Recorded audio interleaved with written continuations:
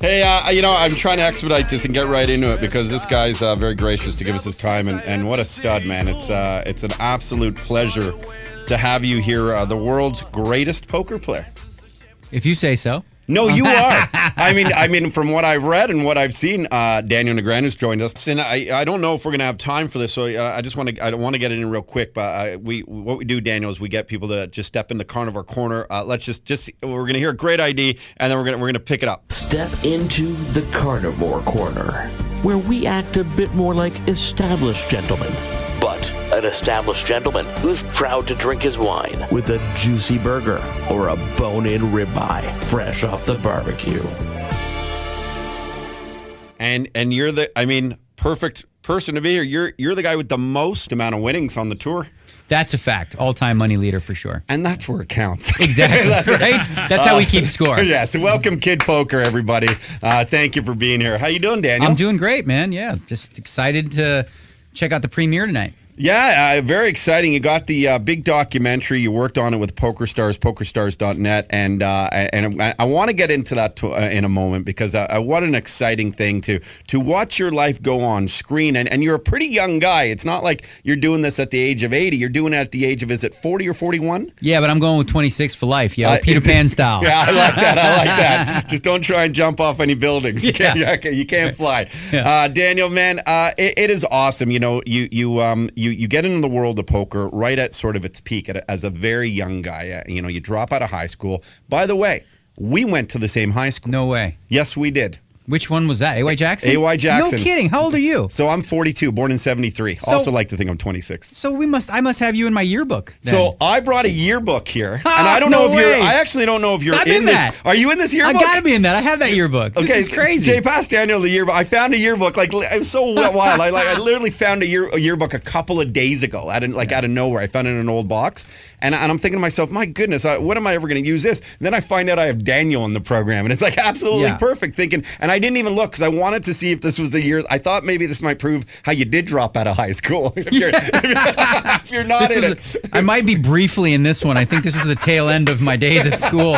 Most of the time was at the pool hall. Yes, sir. Did you now this is going to sound local, especially here on Sirius XM, where we speak not only to Toronto, but everywhere. But Daniel, did you hang out at the Pickle Barrel Plaza? I did. I played a Studio Billiards. Pardon me, Palace Club Billiards. Palace Club Billiards. Yeah, right downstairs there. That was your home base. I spent a lot of time there. That was before my poker career got started, really. It was just playing pool over there, playing snooker, trying to win $5 off a guy, And then, through that, I met some guys who played poker, and it went from there. So what a fascinating thing, because that's sort of what led you into the world of gambling. Is that fair to say? Absolutely. Actually, people don't realize this because if you live here in Toronto, but Toronto's kind of like a gambling mecca. It's a gambling breeding ground. You got Proline, you go to the games, you got the 50-50 draw, you got lottos, you got all this kind of stuff. So it was very easy to get, enveloped in that world. I didn't realize that, and that was kind of like my question. How does one go, oh, you know what? I got a talent for this game, for this gambling, for poker, for hold'em, and back to it. So what would your first experience have been playing, and at what age would you have been doing it at? I'd say I was about 17 years old, really, and it just came down to we were playing pool, and these guys said, hey, we're going to play poker. So we got a 6-pack of beer. I brought my $10, played all these crazy wild card games, lost my money. I'm like, okay, that was fun, but this is a stupid game. And then we started to do it more often, and I kept noticing, the same guys keep winning, right? And then I realized, oh, this is not luck. This is a game of skill. So now I was into it because I'm a competitive guy, and I wasn't going to let them take my money. So I started to play more and more and start to study the game a little bit. And Daniel, you say that it's a game of skill, and as much as a lot of us laymen here just love to play it and stuff. I see people in my world, I always saw you're right, one or two people winning, but I couldn't figure out what that skill was. You can study this craft then, that's a big part of it. It's not that you're just a psychic or something. Totally. So there's there's several aspects of becoming a good player, right? Number one is the easy part. It's learning the fundamentals. You can learn that in a book. Okay, so what are the odds of this? What are the odds of that? You can just learn that stuff like you studying anything in school. Then the discipline to make sure that you're doing the right thing, so you don't get bored and say, oh, I have a jack and a 6, I feel like playing. You just stick to the system. But the most important part is the third trait, which is psychological aspect, understanding how people think, and more importantly, how they perceive you. What do they think you do? So if I played with you and I thought oh, he thinks I bluff all the time. Well, I'm never going to bluff you. I'm just going to play, straight. Or if I thought you think, well, he's not going to ever bluff, then I'm going to bluff you. But that's my job to figure that out. Well, it's watching watching you in this run you've been on for the last 2 decades. It is fascinating because it's the emotion that one gets out of watching poker is emotion you see written in a movie. Like there's so much drama, there's so many extremes that it can switch so momentarily when the odds are stacked up against you. And I remember a couple of matches where it's like, you would look at, they call them do they call them matches? What do they call Whatever. them? You can go with matches. It's fine. And it's exactly that, where you would call people out on what they had, and it fucks them up, and they had it. So it's like you play the other player just as much as you play your own cards, and also then try and figure out what they're thinking about you. I love to play the game of psychological warfare, right? So if I'm playing with you and I look at you and I go, you have King 9, don't you? Right? The rest of the day, you're going to be deathly afraid. I mean, you'll be intimidated, like, what the hell, man? This guy knows what I have. So what that'll do is it'll make you more timid and careful against me, which is exactly what I'm trying to create when I do that. Because there's no reason for me to tell him I know what he's got, but it's intimidation thing. And then you can bully them, which is really where the success comes in. Now Is he's that going to fair? be off his kilter. He thinks he's playing great, and I'm like, you got King Queen, don't you? He's like, oh shoot, he knows what I have. So it just makes it harder to play against a guy like that. Do you get sick of talking cards all the time? Like, does it drive you crazy? Everyone must see and want to know the tricks and the trades. It's like being a Dragon's Den or Shark Tank guy. Everyone wants to give him a pitch. Everyone wants to learn the game from you. Does that at some point go, fuck, I made a great career out of this and I would continue to do so, but like, leave me alone already. Let's talk sports or something. No, it's fine. It's just like when people ask for like, so what's the secret? Like, how do you do it? What's the secret? And as if that one like phrase that I'm going to give them is going to make them millions of dollars, right? Yeah. Like you have to keep your expectations to a minimum, right? I can give you little tips here and there, but to be good, there's no substitute for actually putting in the work and playing. And in the trailer that I saw for Kid Poker, and it airs on the 1st on TSN at 8:30, TSN4. Make sure you check out this much anticipated documentary again called Kid Poker, chronicling the life right here of the gentleman who sits right in front of us, Daniel Negreanu. I didn't realize what I saw in the trailer. You actually lost everything at one point very early on. It's not quite correct. I lost it many times. Really? Oh, yeah. Like on my way to getting be successful, I went broke probably 20 times. And I had to learn those lessons, and I wouldn't change anything about it. I made bad decisions, but that taught me that, okay, you can't do that. So if you have a $1,500 bankroll, don't play in a game where it's all riding on the line at one time. But when you're young, you feel invincible. You're not going to, I can do this. I can beat these guys, right? But the key was really going to Vegas, feeling like I was hot shit and I knew everything, and then realizing that these sharks have seen hometown heroes come and go, and they kind of scoffed. The one moment I remember was playing with like 7 people for 24 hours, right? I quit. I went broke, went to the bathroom, washed my hands, came back. They were all gone. So in that moment, I knew like I was the sucker. They were only playing because of me, and I was furious. I remember that. Goodness. I'm like, I remembered every one of their faces, and I'm thinking, I'm going to come back and bust all of you. And have you? Did you? Well, what ended up happening, there was one guy in that game, Hawaiian Bill was his name. Okay. And Hawaiian Bill, actually, I looked at him as a mentor eventually, because I'm like, wow, this guy's cool. But like at the moment when I lost all my money, I was furious with all of them. So back to sort of that layman aspect of it. I watch it. I watched Rounders. All that kind of stuff.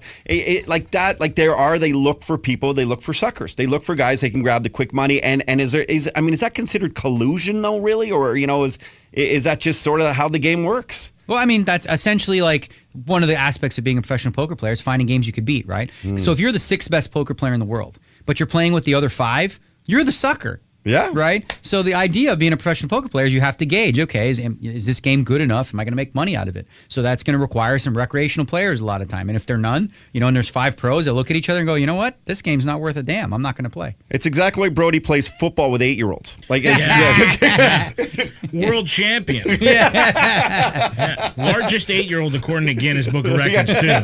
I fooled him. Just not as much money in it, but, Not a lot of money. Not a lot of money. So you're out in Las Vegas, Daniel Negreanu. How's that lifestyle compared to, as we mentioned here, you growing up in Toronto? Is it drastically different? Yeah, it doesn't have to be, right? It depends who you are. I know a good friend of mine, Antonio Esfandiari, he lived the Vegas life. He was on the strip, partying, doing all this stuff that you do in Vegas. For me, I'm a suburbs guy. I live on a golf course, quiet, go to the gym. I play soccer a couple times a week. I live like a normal person's life, watch games when I have a chance to. But I don't even play poker when I'm in Vegas. So I don't live much differently than I think I would in any other city. But if you want the opportunity for craziness, there's craziness every night in Vegas. Has it been hard in this lifestyle of fame and celebrity, which poker players are literally, I call them like poker players, chefs and poker players are the new rock stars in this world. And DJs. Yeah, DJs, yeah. They got the easiest job. They just push play. Press a button. Hey, give me $80,000. I was here 2 hours. Come on. Where's my check? It's so not fair. It's madness. But was it hard for you, or maybe you did at some point get caught up in that craziness of Vegas and that lifestyle?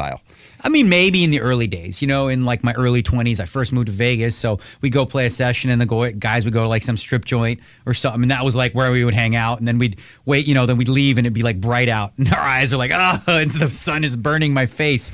But I did that for a few years and realized like, okay, this is not getting me to my goal, right? I need to get my ass in gear and I need to start working towards having enough money so that in my 30s, I don't have to work anymore. Smart. I saw in the trailer as well, and I'm really excited to see the film Kid Poker, Daniel. You come from great parents, it looks like. And is that a big part of it, your upbringing, as to why you kind of just held it together?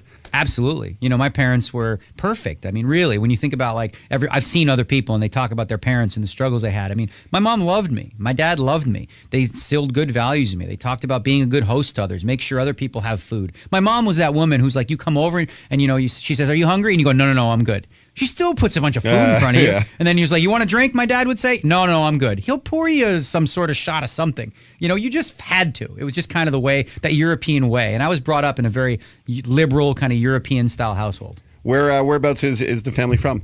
Romania. Romania. Excellent. And can you speak Romanian? Păi sigur că da, vorbesc românește. Do you ever do that in a poker game with you? If I'm speaking to people that are Romanian, absolutely. Yeah. I would do it just to piss them off, like even if they didn't, just to throw them off even more. Or I do sometimes the dealers that are dealing a Romanian, and I'll start talking to them in Romanian. Everyone's like, "What the hell, man? Like, this is bullshit."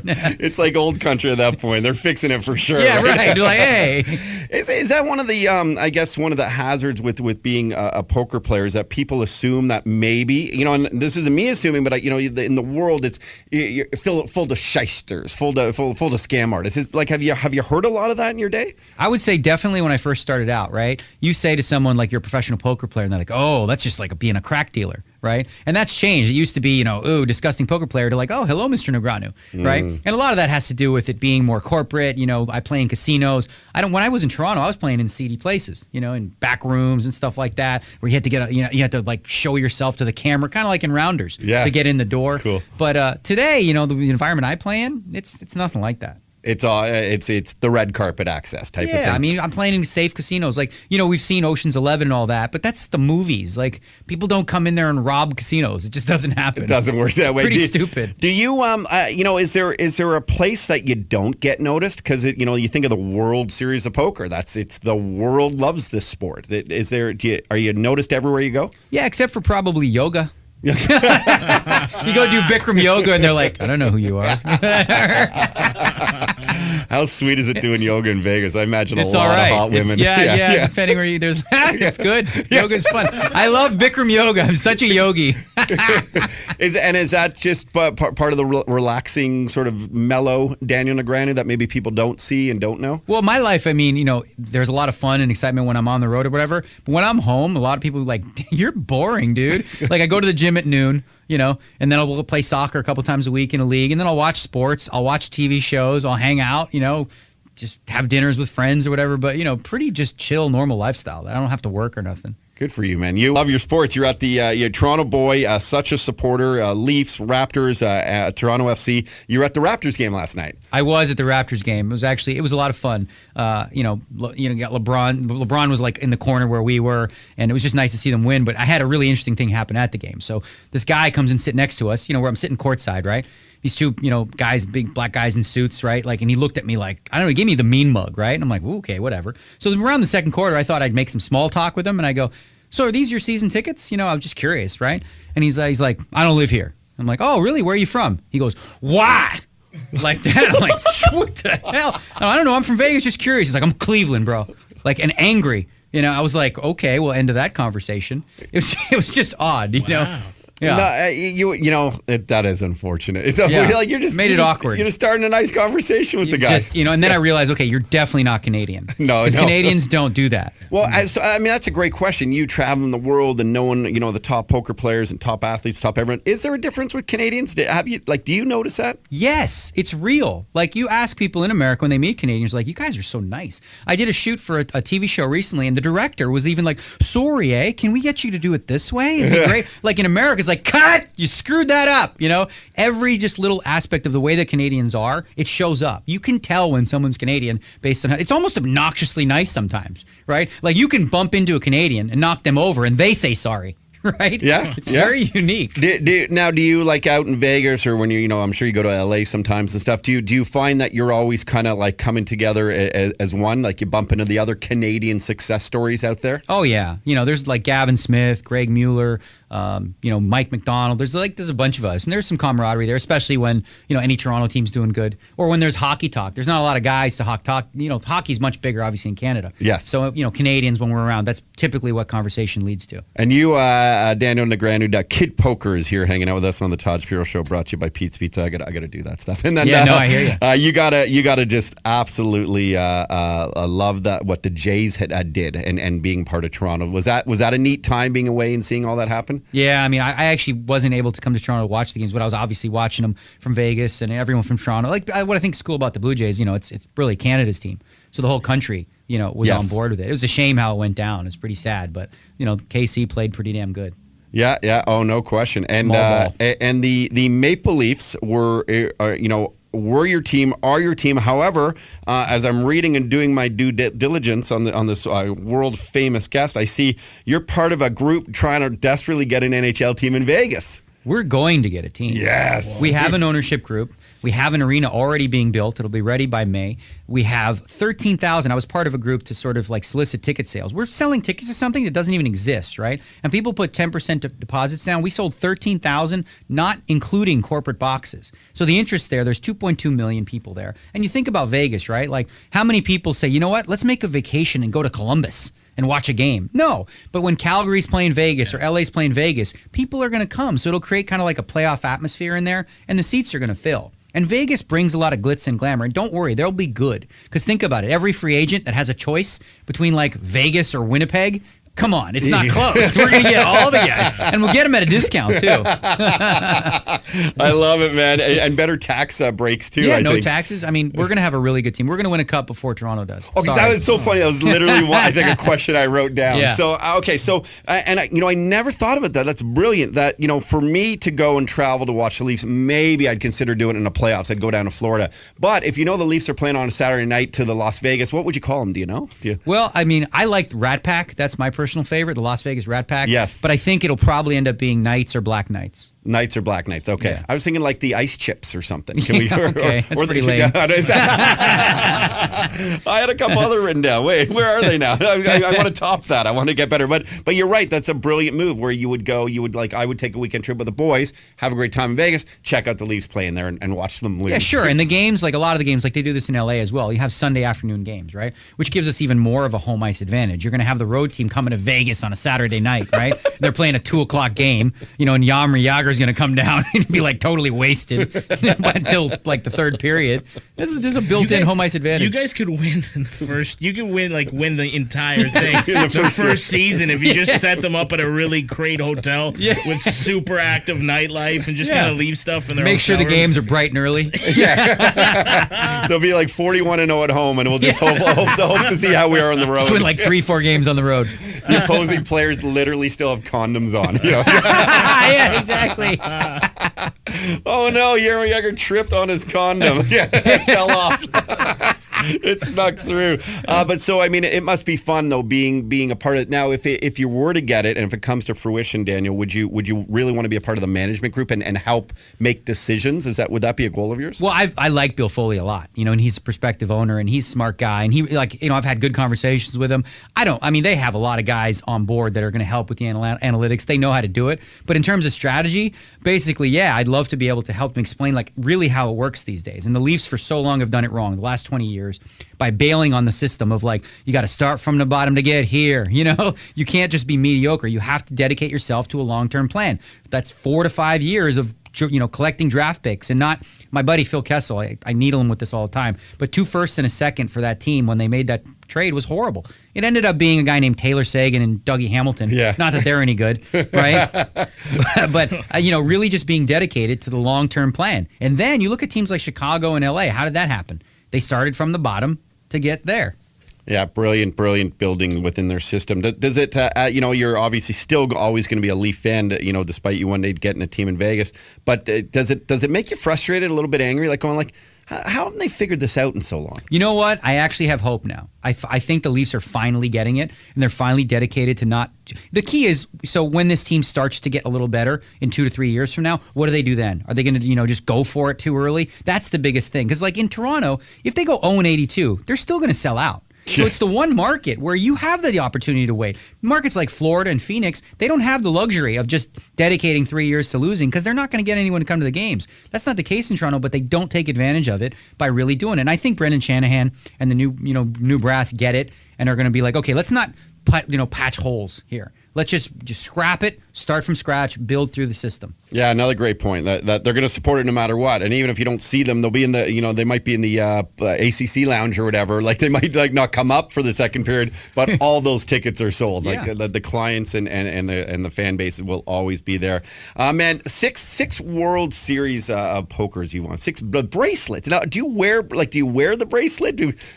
I have the bracelets in cases at my house. I feel like it's a little bit pompous to be like, yeah, world champ here. Look, Are they nice bracelets? Yeah, like they're all different. Actually, I think I might be the only player that has 6 different ones from different eras because they've changed over the years.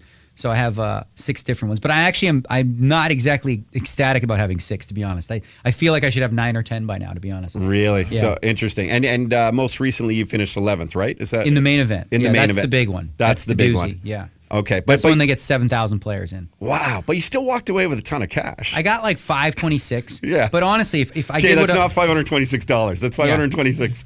Yeah, 100. But the thing was, at that moment when I came 11th, like if I would have waited 2 spots and came 9th, I would have got $1 million. And I know a lot of the other guys, for them, they were doing that. They were just trying to like hang in there and fold and play careful. But I was going for the win. Nice. I didn't care about the bump from 526 to $1 million. I was going for the 7.5 or whatever it is up top. Interesting. And I like the picture I saw. You were on the ground. Like now was that? I mean, is it? Are defeats still heartbreaking? Is that why? That one is, that's a special event, right? I play tournaments all the time where you win or lose like millions of dollars. But this one, the energy was crazy. I knew the crowd was like on board. They were like, into it. And it was 7 straight days of play, so you're like, you're just totally invested, right? And the moment in the hand, it was such a close situation where I'm like, okay, my emotions actually got the best of me, right? And then I saw the last card, and it was just like, no. And I literally, my knees buckled, and I fell down. I actually hurt my head. It was pretty bad. Oh, no. Yeah.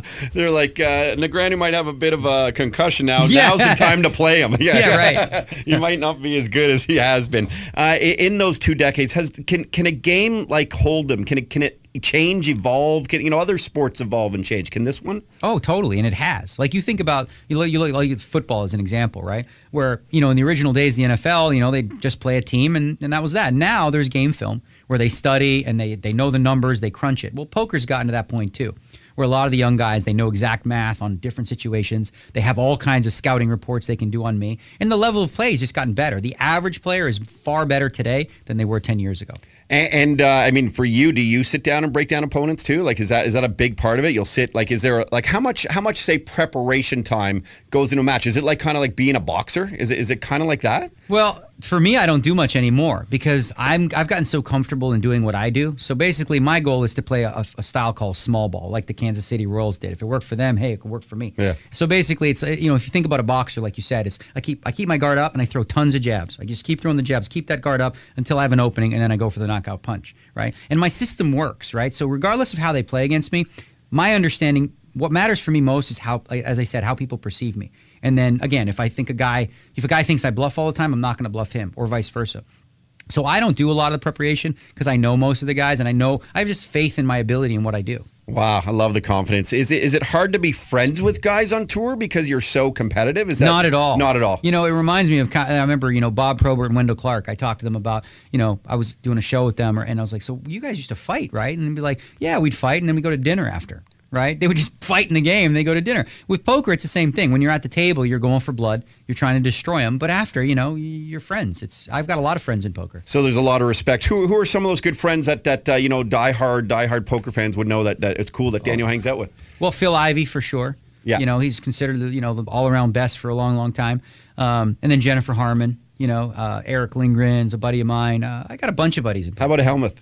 I like him. He's nuts. He's crazy. I love beating him because he just cries like a baby. It's so fun. Like there's one video someone put together of me beating him 3 hands, and the whole video sounds like this. These fucking beep, beep, beep, beep, mother, beep, beep, stupid idiot, beep, beep, beep, the whole thing through. It's just me crushing him and him bitching like a baby, and I'm laughing my ass off the whole way through. He's just losing it. It's kind of neat, isn't it, that you can play, you think about the diversity in poker, and that must be really, really kind of cool, because that doesn't really happen in a lot of other kind of sports. Exactly. That's one of the things I love about it is there's no discrimination, right? Whether you're black, white, large, small, strong, weak, it's all about your mental, ability, right? So there's no barrier, whether you're male or female. So anyone can sit with anyone. And on top of that, a lot of people would love to play golf with Tiger Woods or, play basketball with Michael Jordan or something. But with poker, if you have the money, you can. Anyone can sit at that table. Yeah, and you could beat him a pot, just like, in the old days, Matt Damon tried to do against Johnny Chan in Rounders. Yes. Yeah. It's like, I beat him. I took him for a hand. So has that ever happened to you where you'll I'm sure there's celebrity kind of charitable games where people really like to play with you, but has it happened where you've had some pretty high stakes games with guys who maybe didn't know it, but just wanted to play with the champ? That happens all the time. It does. Oh, yeah. There's Hollywood games today, that to get into them, there's barrier, you kind of have to be invited. But they're probably some of the biggest games in the world right now. And they keep the pros out for the most part, unless they like the pros. So if they like you and you're fun and you're engaging, they don't care if you beat them for big numbers. Like a couple guys, I mentioned Antonio Esfandiari and Phil Locke, who's dating Jennifer Tilly. They get in all those games because they're fun. People enjoy it. They're not going to sit with guys wearing sunglasses and hoodies and not talking. They want to enjoy themselves, right? So that's part of what it was to be a poker hustler back in the day. If you're playing in a game where you're a big winner, they better like you. Otherwise, they're not going to let you play. So that was lost on the younger generation to some degree. But I think they're starting to understand that now. Is there a best sort of celebrity player like a Jennifer Tilly, or is there a couple that really stand out?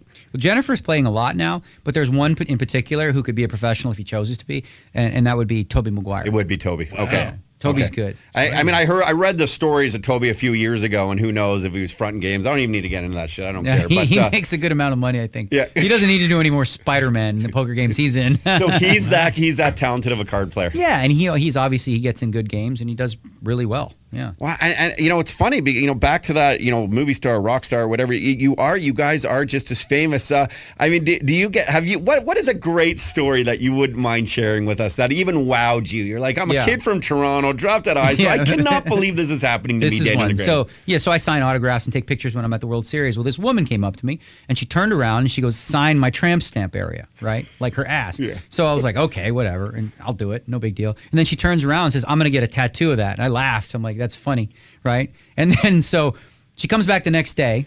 It's tattooed. It says Kid Poker on top of it. She put that on their Rio World Series 2010. So she got the tattoo. Now I met her husband 3 days later, and he's like, can I get a picture? It's the least I can do because every time I tap my wife's ass, I got to see your name. And I was like, sure, we can do a picture. At least he has nonstop whiteout to put on it, Daniel. Yeah. Every time I go all in, I see your face. Well, the creepiest part is she said she did it for him because she knew he was a big fan. Wow. So he's like, maybe I'll get more action if I have his name on my butt. And you asked for creepy. There you go. That is awesome. That is so funny. I know you have the big premiere tonight. Are you can you stay for a few more minutes? Are you in a rush? Do you care? Do you want to hang out? I think we're good. I don't even know. I think they said you could stay till 5, but I don't know because you got a red carpet. You got. We're good. No, we're good. Well, let's talk about the movie, and then I got to do this after. I got to play around with you here. Can we do it? You want to play poker? One round. Well, yeah. One. I got cards. Or is that like, do you like? You can tell me to fuck off if that's annoying. We can do that. We can do it. But we're doing it. We're gonna do it with trick. We're all wearing masks. We're gonna hide so you can't see our tails. I got like a balaclava. We're gonna do it later. I got like a gorilla mask, and I got like a matador mask or something here, a wrestling mask, and I got like I don't know, like a Robin Hood thing. You can tell us to fuck off. But let's talk about the movie, and then we'll come back and do kind of the frivolous stuff in a moment. Man, to be approached to be like, let's get a documentary on this fascinating lifestyle. That must have been pretty humbling to know like, hey. Yeah, and it really just started with they were going to do they've done a few of these like 8 to 10 minute sort of videos for online, and they were going to make like a 12-minute video. And then she had more footage. She said, let's make it 20 minutes, 30 minutes, and then it's like she said, I want to make a feature-length film on it. And I'm like, okay, so I really had no say in it, but the woman Francine Watson out of the UK, she really had a passion for it. So she as you saw the trailer, I think they've done a really good job, fantastic production quality and stuff like that. So she just felt like she could tell a heartwarming, inspirational story of overcoming failure to reach the highest levels in your career. And I feel like the hope for the documentary is that it has crossover appeal, in that it's like it doesn't matter if you're a poker fan or not, you can learn something from it. Yeah, and you can feel that in the trailer, and that's sort of the genuine side of you, which people wouldn't know when you're just chirping at the table, and you have fun. You are known as a nice guy, but I mean you might not see it in just the family life and the struggle, and then going out there like that. I would think for the average person, it would just be beyond overwhelming, and the talent to remain as grounded as you're doing. I can't wait to see this documentary because it shows, back to that Canadian kid, like just a guy who went out there and crushed it. And that's what the trailer gave to me, like someone who's real, a real genuine side of Daniel Negreanu. And that must be cool for people to get to know the real you. Yeah, no, I think so. And I think the story really that's told us, I didn't really have a roadmap of anyone to follow in terms of like, how do I do this? I was just a guy in Toronto playing cards, and I didn't really know how I was going to get to be successful. All I did know was that was going to happen. I was very, very confident in my teenage years that I'd figure it out. I already felt like the best player in the world even at 21, even though I was wrong. The point is I came from a very confident place, and just shows you how far that will take you when you actually have a real belief at the core. Like, I don't believe you succeed at anything in this world without first believing that you can. And I always had that. I didn't have any results or evidence to show that I could, but I believed in my heart that I could do this. And my mom would be like, Daniel, forget about the poker. You go to school, But I just knew that and then eventually I bought her a house and a car. And she's like, oh, no, I like poker. Poker is nice. It's good. Poker is good. Thank you for not listening to your mother. Yeah. Exactly.